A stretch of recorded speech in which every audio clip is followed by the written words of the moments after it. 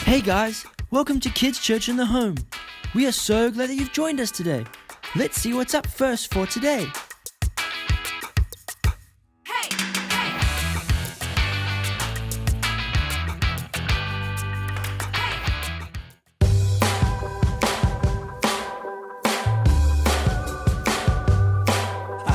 Joy, joy, joy, joy down in my heart. Where? Down in my heart. Where? Down in my heart. I've got the joy, joy, joy, joy down in my heart. Where? Down in my heart to stay.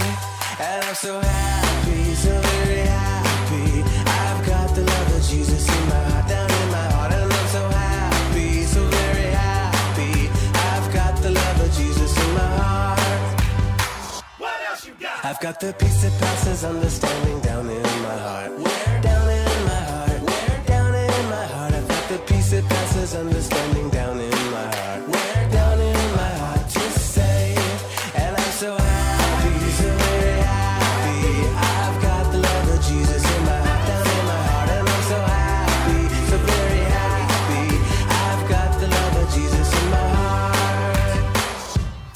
I've got the wonderful love of my blessed Redeemer way down in the depths of my heart. Where? Down in the depths of my heart. Where? Down in the depths of my heart. I've got the wonderful love of my blessed Redeemer way down in the depths of my heart. Where? Down in the depths of my heart to stay.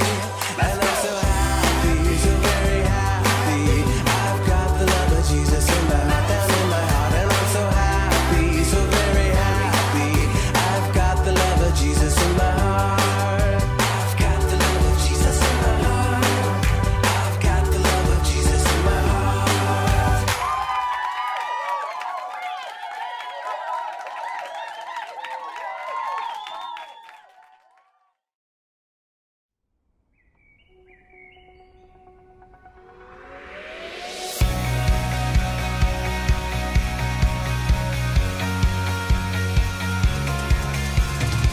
You're doing a new thing, making my heart sing, bringing color to this brand new day.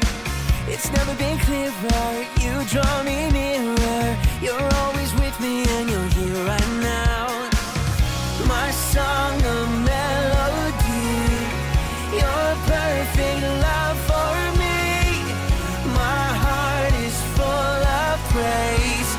Your love, it makes a way. And I give you my hallelujah, hallelujah for all my days. Jesus, take my hallelujah, hallelujah, I give you praise.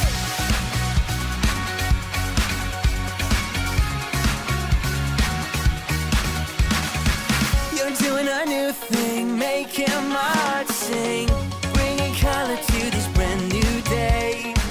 It's never been clearer, you draw me nearer. You're always with me and you're here right now. My song, a melody, your perfect love for me. My heart is full of praise. Your love, it makes a way. And I give you my hallelujah, hallelujah for all my days. Jesus, take my hallelujah, hallelujah, I give you praise.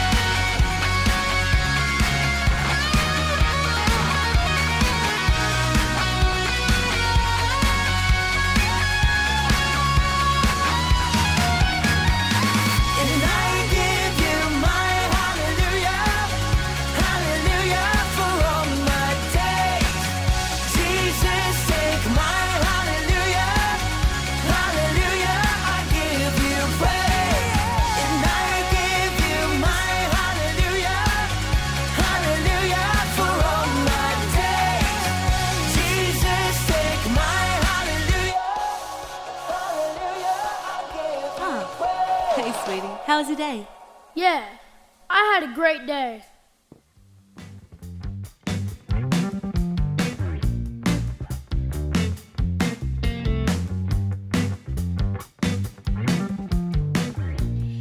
Bese lethu namhlanje sizothola kwincwadi kaMark 4 verse 20 fundeka kanje labo abatshaliwe emhlabathini omuhle yilabo abazwa izwi balamukele bathele isithelo ngamashumi amathathu nangamashumi ayisithupha nangekhulu.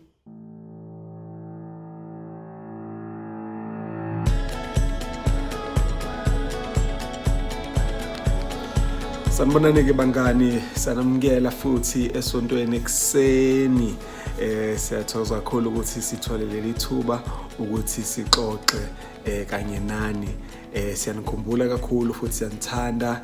Siyazi ukuthi kade sagcinana nje ukuthi sibonane nje ngamehlo, kodwa ke kulungile ngoba siyamthemba uNkulunkulu ukuthi kuzodlula maduzane nje uzosibona usuhleli nabangani bakho, usuhleli nabanye abangani bakho abaningi senihlangene futhi ingasekho i-lockdown. Ngiyathemba ukuthi nekhumbula ukuthi ngeviki edlule besikhuluma ngani. Nekhumbula? Angisakhumbuli. Okay. Athi ngiqale ngimkhumbuze. Sike sakhuluma ukuthi uJesu ufisa ukuchitha isikhathi nami. Ngisho ke uJesu ufisa ukuchitha isikhathi nami. Njalo ufisa ukuchitha isikhathi nami, achitha futhi nesikhathi nawe. Ngakho ke namhlanje sizoqhubeka khona lapho ngoba kubalekile ukuthi sazi ukuthi kulesi sikhathi esidlula kusona singabuka ukuthi sinesikhathi esiningi, insuku ziningi, singenza noma yini, kodwa into ebalekile ukuthi umuntu nomuntu azazi yena ukuthi ubalekile uNkulunkulu. Kumele wena uzazi ukuthi ubalekile ngendlela emangalisayo nokuthi uNkulunkulu ufisa ukuba nobudlelwane nawe. Ngakho ke kubalekile futhi kusemqoka ukuthi ukwazi ukuhlanganyela noJesu noma usekhaya. Ngizocela ukuthi senze kanjena la sibheke lana indaba ela ncwadi kaMark isahluko u4 lapho verse 4 siqala lapha na ke kwiverse yokuqala sigcine mhlawumbe kwiverse les20 la sibona khona uJesu enza isibonelo ngokuthi ungasichitha kanjani isikhathi naye uma eqala lapha na ke usekhuluma nabafundi nabanye abantu abakhona babeseduzano ukuthi kokukhona ke umhlwanyeli siyamazi, umhlwanyeli uvuka ekseni bayavuka uvuka ekseni umhlwanyeli lithi ke ahambe uphethe imbewu, leyo mbewu ahambe ihlwanyela fanga la nangale ehlanyela njalo imbewu. Manje ke imbewu ke ayizange iwe endaweni eyodwa, khona eyawa endaweni engathi iqinile engathi itshe eyikosho ukuthi ayikwazanga ukuthi ikhule kahle, nakhona kwaba khona izinto eziphazamisayo. Bese ke kukhona nalapho ke futhi yawa khona endaweni engathi inameva, ameva ayakhula nembewu nayo yakhula, yaqala manje isithelo siyakhula kanawo nameva. Yabona mase kukhula kokubili ukuthi nayi imbewu yakhula la siba isihlahla qhamuke nameva. Manje ameva ke ngoba phela acijila vele nje bulala imbewu hambi yani asekho isihlahla. Kodwa ke kukhona lembewu le eyahlala esihlabathini, yabo isihlabathi sesi-right, isihlabathi sesi-ready, yathi mayifika yathola ngoba isihlabathi si-right yakhula. Kumele sikubheke lana ke iverse engifisa ukuthi nilibheke bangani uMark isahluko ses4 bese ke iverse ke uverse 14. Verse elifishane lithi nje umhlwanyeli uhlwanyela izwi. Umhlwanyeli uhlwanyela izwi. Ngakho ke la uyakhona lawo ohleli khona la uhamba khona kubalekile ukuthi izwi likaNkuluNkulu ulifake. Yabo, ngenze isibonelo mhlawumbe ubona umngani wakho enza into mhlawumbe engalungile. Njengomngani uyakwazi ukuthi umtshele ukuthi hayi mngani wami, izwi lenkosi lithi asikwenzi lokho. Kushiya kanjalo ngoba usumtshele izwi likaNkuluNkulu. Inhliziyo zethu ke zifana nengadi edinga ukuniselwa ngaso sonke isikhathi, yabo. So ingadi yethu ke inhliziyo yethu ngoba phela inhliziyo yethu sifaka izinto eziningi nezahlukahlukene. Manje ke lapho ke uyakwazi ukuthi noma indlela yokuthi ingadi yakho le kuyinhliziyo ihlale iphila, ihlale nomsoco, ihlale right, ila sithola khona ukuthi uma uchitha isikhathi noJesu, uchitha isikhathi noJesu, athi siyazi ukuthi senza kanjani. Basenza njalo sifike siyahlabelela, sifike siyakhuleka, siphinde futhi sifunde nezwi. Nakho nje ko3 ukuhlabelela, isho emva kwami ukuhlabelela, bese sithi konje okwesibili yini? Sithi okwesibili sithi ukufunda izwi likaNkuluNkulu nokuthandaza. Ukuthandaza bese number 3 ukufunda kwezwi likaNkuluNkulu. Manje ngoba phela singabangani futhi siphila la emhlabeni, kwesinye isikhathi asenze izinto kahle, angithi bangani. Kwesinye isikhathi siyamemeza singafanele noma sithethe, uthola kwesinye isikhathi ukuthi siyabaphendula nabazali bethu. Lokho akusona into enhle bangani, angigqugquzeli nje inhlobo ukuthi uphendule umzali. Uthola ukuthi uyamphendula umzali noma mhlambe uthola ukuthi nje khona nokuningi mhlambe okunye okuncane usukwenzile ubone ngathi wena ngeke usakwazi ukuthi uxhumane noJesu. Kanti lana siyathola ukuthi uNkulunkulu ufisa nje ukuthola, noma uJesu ufisa ukuthola ithuba lokuthi ahlale nawe, nihlale naye nomabili. Leso sikhathi nje ninobabili bese nikwazi ukuthi nenze yonke into enfisa ukuyenza nomabili. Uma ufika futhi noma uchitha isikhathi noJesu, umtshela yonke into. Uma uthandaza umtshela yonke into. NaseBhayibhelini ungafunda noma yiliphi ivesi liseBhayibhelini, uyayibona leyo nto. Namaculo ke obese uzoqula amaculo lawa aphakamisa ubukhulu buka Jesu, amnikeza udumo, la ongafika umbonge khona ukuthi Nkosi siyabonga. Yabo, sithi wahamba nathi, wahamba nathi, wahamba nathi, siyabonga. Yabo, busiyalishinje, siyabonga Jesu, siyabonga qhawele Zulu, siyabonga Jesu, siyabonga. Uculela amaculo akanjalo uma usufika esikhathini la kumele uxhumane nakhona noJesu noNkulunkulu wakho, kube mnandi. Lapho ke sithola ukuthi ingadi yakho, uma sifunda ingadi yakho yini, inhliziyo yangithi, uma sifunda ezwini, ufunda izwi, uchitha isikhathi noNkulunkulu, ingadi yakho iyaniselwa, ingadi yakho ihlale iyinhle, nokungaphakathi ukuhle okufakwe izwi likaNkulunkulu kuyakhula. And lokho siyakubona thina uma sekuvela nasempilweni yakho, indlela oziphatha ngayo, indlela ohamba ngayo, indlela futhi owenza ngayo.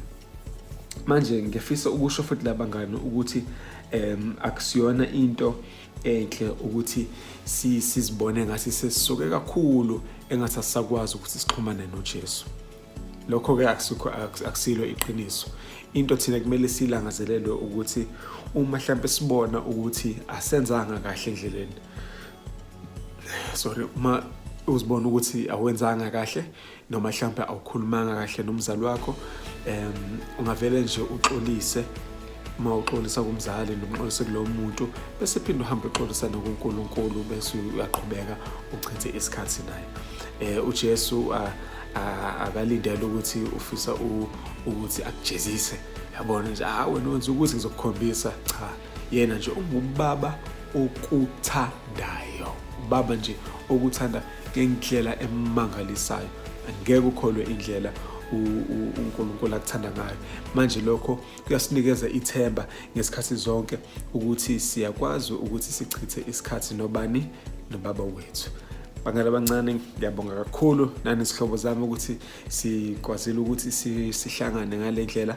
Ngiyakhuleka and futhi ngiyathemba ukuthi uNkulunkulu uzonisiza njengoba sisabheke izwi lakhe la eliku-Mark chapter 4. Ufunde nje mawuthola isikhathi u1 uye ku verse 20 bese ke ngiqhubeka ngingqoquzela ukuthi every day zonke izinsuku ama-minutes awu10 isikhathi noNkulunkulu. Siyanthanda kakhulu bangani, inkosi inibusisa. Bye bye.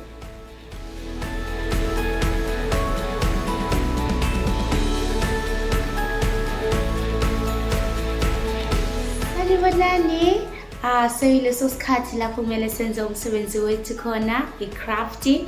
So uma ungenazo into zokwenza ungayikhathazi, ungasebenzisa lokho onako lapho ekhaya.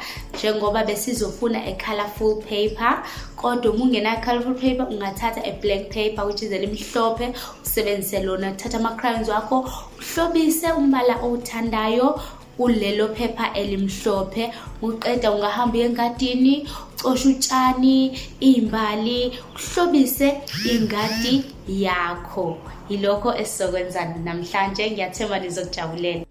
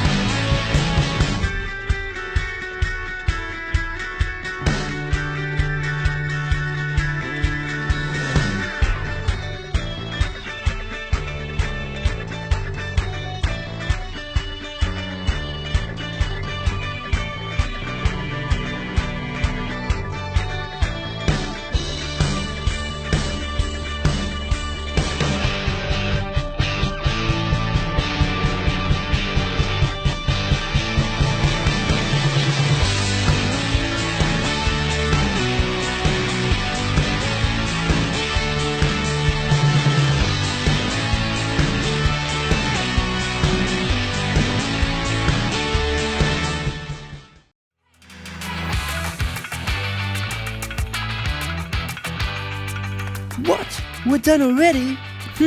Well, I hope you guys had fun today. I know I did. And don't forget, we'll see you at our Kids Zoom Connect. Bye-bye!